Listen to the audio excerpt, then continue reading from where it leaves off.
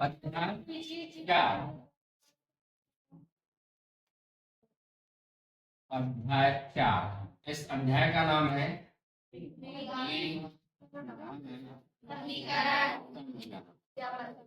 समीकरण। तो हम जानते हैं जिसमें दो पक्ष होते हैं, मतलब एक पक्ष बराबर के इस तरफ और एक पक्ष बराबर के उस तरफ, ऐसे तो इसको क्या कहते हैं, समीकरण।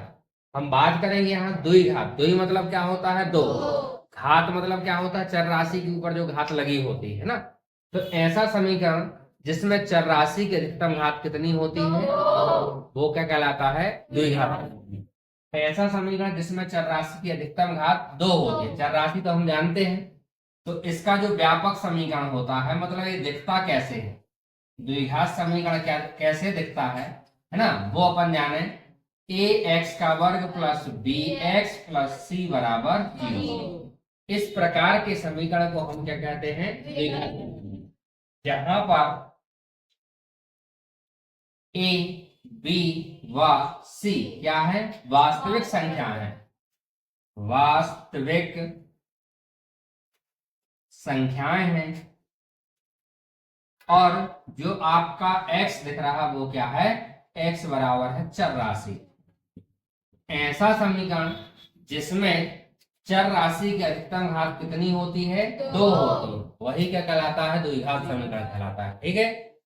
अब यहां पर देखो, जो a है, b है, c है, ठीक है, इनके मान कुछ भी हो सकते हैं, कोई भी एक संख्या हो सकती है।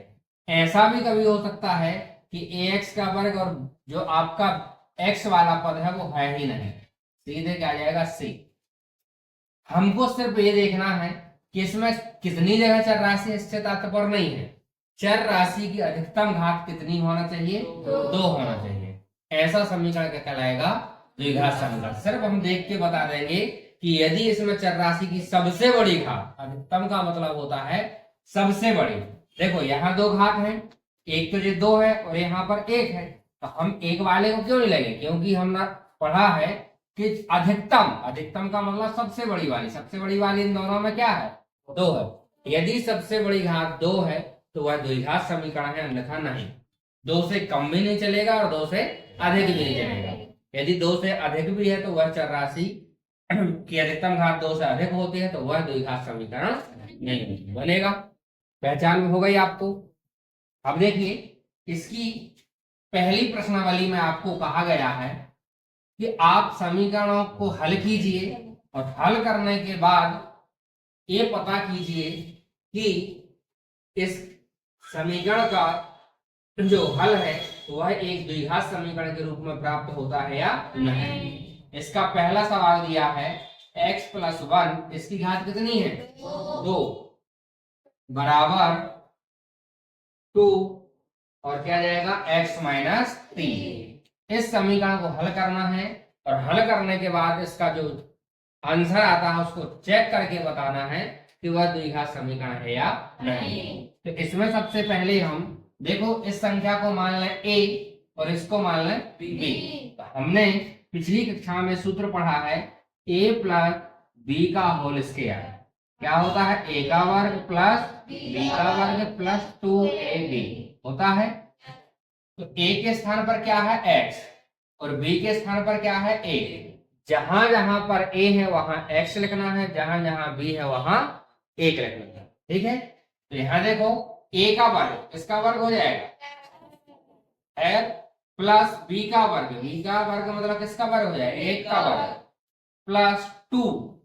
a का मान क्या है, x, और b का मान क्या है, 1। 2 का अंदर गुणा कर दे, 2 का x में होगा तो क्या आ जाएगा, धन का ऋण में होगा तो 2 तिया 6, x की घात 2, 1 का वर्ग क्या होता है, 1, वर्ग मतलब उसी संख्या का उसी संख्या में 2 बार गुणा। 1 गुणित 1 करके देखो, 2 बार गुणा हो गया, 1 एकम 1 ही आ रहा, प्लस 2 एकम x था तो x बराबर 2x ऋण 6। देखो 2x यहाँ पर धन में है, बराबर की तरफ भी 2x धन में है, इस तरफ लाओगे तो ऋण में हो जाएगा, तो हम यहीं पर डायरेक्ट काट दें। बराबर के दूसरे तरफ है ना। यदि चिन्ह एक जैसे होते तो कट जाता है, क्योंकि वो इस तरफ आएगा तो उसका चिन्ह क्या हो जाएगा, बदल जाएगा। क्या बचा आपके पास, x का वर्ग धन 1 बराबर ऋण 6। इसको इस तरफ ले आए, क्या जाएगा, x का वर्ग धन 1, ये ऋण में इस तरफ आएगा तो क्या हो जाएगा 6 बराबर कुछ नहीं बचा तो क्या बचा 0। x का वर्ग धन 6 धन 1 कितना होगा बराबर, इसमें चर राशि दिख रही है आपको, उसकी सब घात कितनी है 2 है ना। यहां लिखेंगे चूंकि दिए गए समीकरण की दिए गए समीकरण में चर राशि की अधिकतम शब्द लिखना है, मतलब सबसे बड़ी वाली, हालांकि इसमें एक ही चर राशि है ना, तो यहां पर अधिकतम शब्द आएगा ही, सबसे बड़ी वाली देखते हैं ना, अधिकतम घात 2 है, इसलिए यह एक क्या है द्विघात समीकरण है, बनेगा।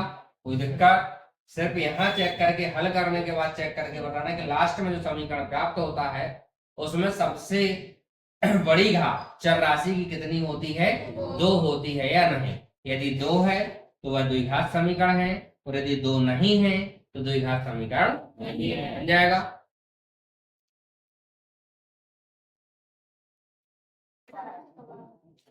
हाँ देखिए 4.1 का दूसरे का पहला प्रश्नावली कौन सी है,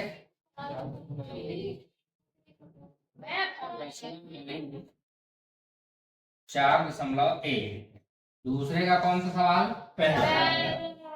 एक आयताकार भूखंड, भूखंड कैसा है, भूखंड मतलब भूमि का एक खंड कैसा है, आयताकार है, जिसका क्षेत्रफल आपको दिया है 528 वर्ग मीटर, क्षेत्र की लंबाई मीटरों में चौड़ाई के 2 गुने से एक क्या है अधिक है, तो जो लंबाई है चौड़ाई के 2 गुने से क्या है एक अधिक है, तो अपन मान लेंगे, माना आयताकार भूखंड की चौड़ाई, चौड़ाई क्या मान लेंगे x मीटर, तब आयताकार भूखंड की लंबाई क्या कहा गया है, इसकी चौड़ाई के, चौड़ाई यही है ना x, 2 गुने से मतलब 2 का गुणा, एक अधिक, अधिक के लिए क्या कर दोगे जोड़ दोगे, इसकी जो लंबाई है चौड़ाई के 2 गुने से एक क्या है अधिक है, ये काय में हो जाएगी मीटर में, ठीक है। और क्या दिया हमको, आयताकार भूखंड का क्षेत्रफल 528 वर्ग मीटर। आयताकार भूखंड मतलब आयताकार है, मतलब किसका क्षेत्रफल लगेगा आयत का, आयत का क्षेत्रफल होता है लंबाई गुणित बराबर कितना दिया है आपको 528, लंबाई कितनी है इसकी 2x + 1 गुणित चौड़ाई कितनी है x बराबर 528 बनेगा। x का इसमें भी गुणा होगा और इसमें भी गुणा होगा, x का 2x में होगा तो x के कितना हो जाएगा x घात 2, आधार समान हो, आधार मतलब यहाँ भी x हो और यहाँ भी x हो, तो गुणा में घातें क्या होती हैं जुड़ती हैं, एक घात इसकी और एक घात इसकी, एक और एक कितनी हो गई 2 बन जाएगा। x का 1 में होगा तो क्या जाएगा x, जो धन में इस तरफ लाओगे तो क्या में हो जाएगा ऋण 528 बराबर कुछ नहीं बचा तो 0, ये इसका आंसर। सिर्फ आपको क्या बनाना था द्विघात समीकरण, देखिए ये समीकरण दिख रहा है आपको, इसमें चर राशि की सबसे बड़ी घात कितनी दिख रही है 2 दिख रही है, इसलिए क्या है द्विघात समीकरण, यही आपको बनाना था, बन जाएगा। कोई दिक्कत,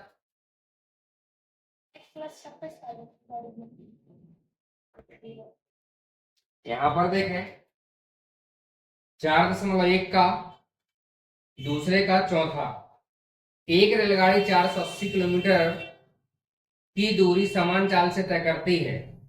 यदि इसकी चाल में कितने की कमी कर दिया है, 8 किलोमीटर प्रति घंटे की कमी कर रहे हैं, तो वह उसी दूरी को तय करने में कितना समय लेती है, 3 घंटे अधिक समय लेती है। हमें रेलगाड़ी की सामान्य चाल ज्ञात करना है। ठीक है, अपन मान लेंगे, माना रेलगाड़ी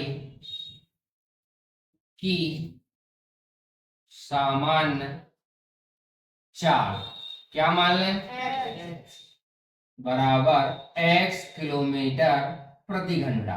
इस स्पीड से का आपकी रेलगाड़ी चल रही है। ठीक है, तब कितनी दूरी है वो 480 किलोमीटर की दूरी तय करने में लगा समय। ठीक है, कितना हो जाएगा, अपन मान लें टी घंटा। कितना घंटा लग रहा, टी घंटा। कोई दिक्कत, ठीक है। हमें क्या ज्ञात करना है, चाल ज्ञात करना। सबसे पहले हम देखें, चाल बराबर क्या होता है, दूरी बटे ये हो विज्ञान में। ठीक है, चाल कितनी माने हो, x बराबर दूरी कितनी है 480, समय कितना लग रहा, टी घंटा। इसके बटे में कुछ नहीं है तो टी का x में गुणा होगा तो xt बराबर 480 एकम 480। टी का मान निकालना है तो 480 गुणा की संख्या भाग में x, समीकरण नंबर 1। ठीक है, कितने की कमी करना है भाग इसकी चाल में, 8 किलोमीटर प्रति घंटा की कमी करने पर बनी नई चाल। देखो पहले कितनी थी, x किलोमीटर प्रति घंटा, 8 की क्या कर दी गई है, कमी। 8 किलोमीटर प्रति घंटे की कमी की जाती है, तो कमी मतलब कम करना मतलब क्या आएगा, माइनस किलोमीटर प्रति घंटा। तब कितनी दूरी 480, उतनी ही दूरी तय करना है। किलोमीटर की दूरी तय करने में लगा समय। पहले देखो जब इसकी चाल x किलोमीटर थी तो कितना लगता था, t घंटा। अब 8 किलोमीटर की कमी कर दी गई है प्रति घंटे के हिसाब से, कितना अधिक समय लग रहा, कितने घंटे अधिक लेती है, 3। तो अधिक के लिए क्या कर दोगे, 3 घंटा अधिक लेती है, अधिक ले रही है इसलिए 3 को क्या कर दिया, जोड़ दिया, घंटा बनेगा। पुनः चाल बराबर क्या सूत्र होता है, दूरी बटे समय। चाल कितनी है, अब देखो नई चाल, ए वाले मान रखना है, कितनी है, x माइनस 8 बराबर दूरी कितनी है 480। देखो ये लिखिए 400 किलोमीटर की दूरी। ठीक है, बटे समय कितना लग रहा, t प्लस टी। इसके बटे में कुछ नहीं है तो इसका यहाँ गुणा कर दो, x 8 का गुणा होगा t धन 3 में, बराबर 480 कम 480। ठीक है, अब देखो हमने समीकरण 1 में t का मान निकाला है, तो t का मान वहां रख सकते हैं, तो क्या जाएगा, समीकरण 1 से क्या कर दें, t का मान रखने पर तो क्या जाएगा, x माइनस 8 यहां पर आ जाएगा 480 बटे कितना है x प्लस कितना आ जाएगा 3 बराबर कितना 480। इसके बटे में कुछ नहीं है तो क्या मान लोगे, x माइनस 8, यहाँ पर एलसीएम लो इन दोनों का, क्या आएगा x कट गया, क्या बचेगा प्लस यहाँ पर एक का x में x बार x का 3 में होगा तो क्या जाएगा, बराबर कितना 480। x माइनस 8 480 प्लस क्या जाएगा 3x। 480 का x में गुणा होगा तो क्या जाएगा 480x बनेगा। अब देखो इसका गुणा इसमें भी होगा, इसमें भी होगा, फिर इसका गुणा इसमें भी होगा और इसमें भी होगा। ठीक है, पहले इतना नोट कर ले।